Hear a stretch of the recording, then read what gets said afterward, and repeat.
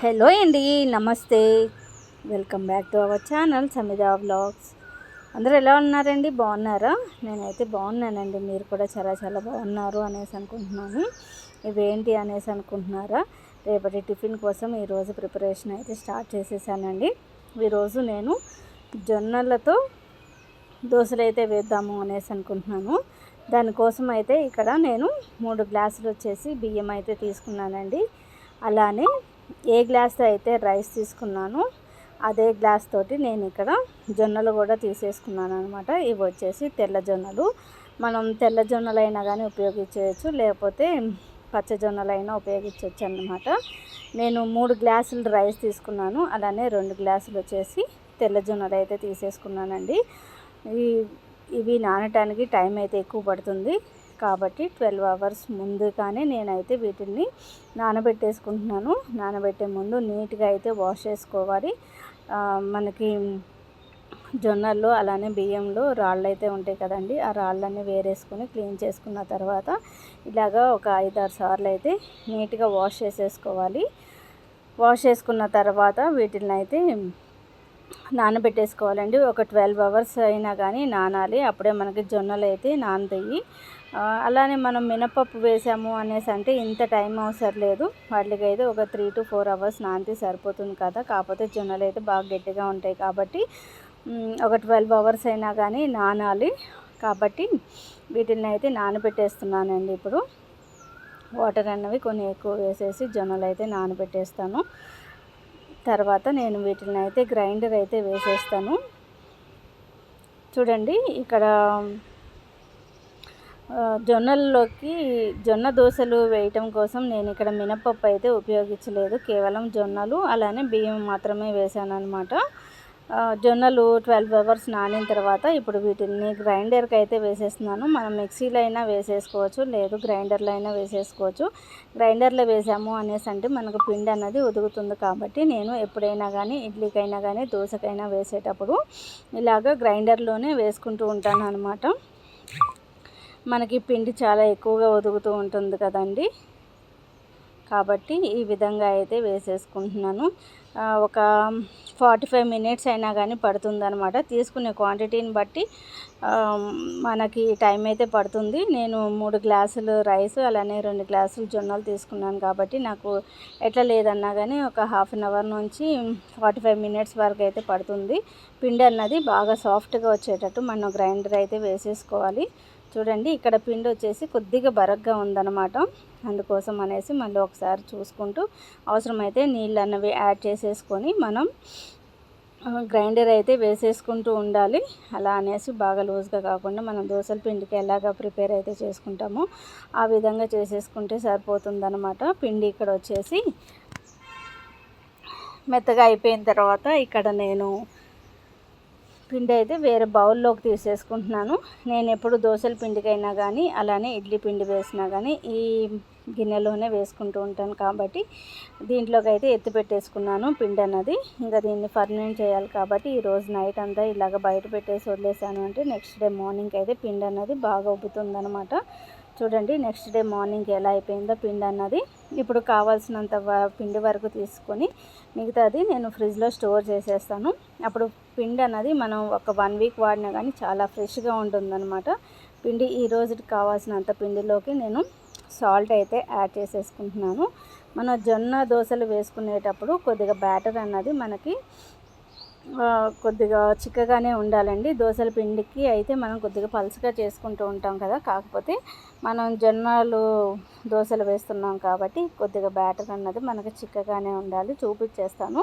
కొద్దిగా వాటర్ అన్నవి యాడ్ చేసుకుంటూ పిండి అన్నది కలిపేసుకోవాలి. ఒకేసారి వాటర్ పోసాము అనేసి అంటే పిండి బాగా లూజ్ అయ్యే ఛాన్సెస్ ఉంటుంది కాబట్టి నేను కావాల్సినంత వాటర్ అయితే వేసేసుకొని పిండి అన్నది కలిపి పెట్టేశాను.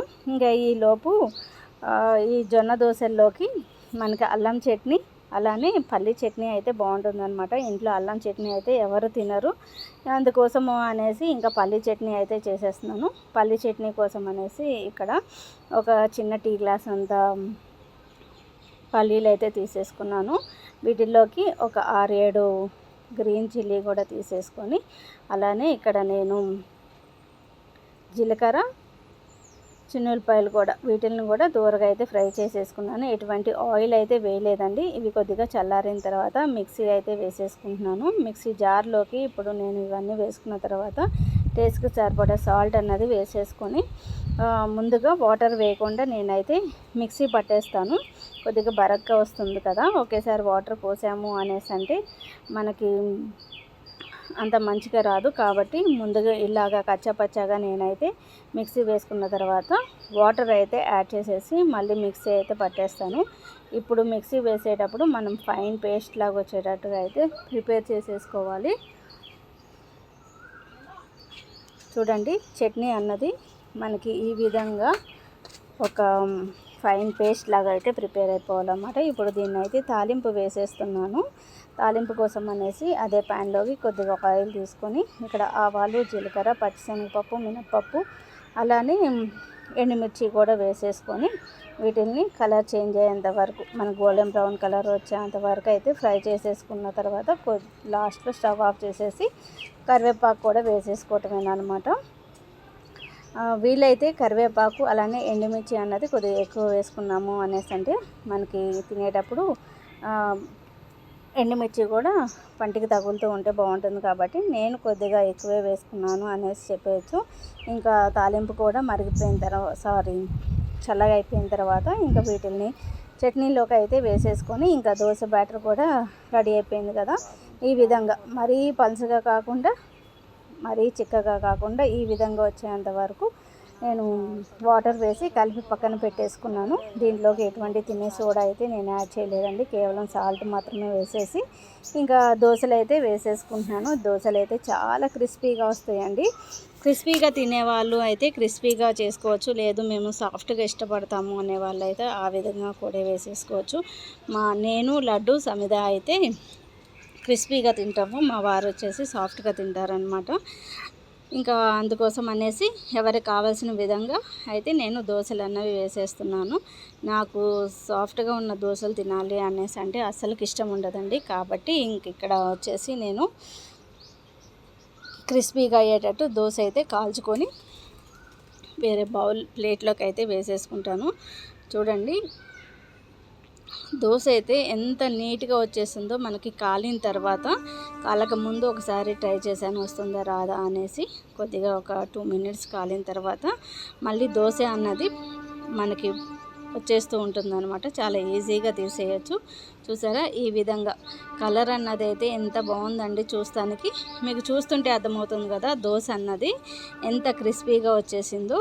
ఇప్పుడు ఇక్కడ నేను ప్లేట్లోకి అయితే తీసేసుకుంటున్నాను దోశలు. ఇంట్లో వాళ్ళందరూ టిఫిన్ అయితే చేసేసారండి.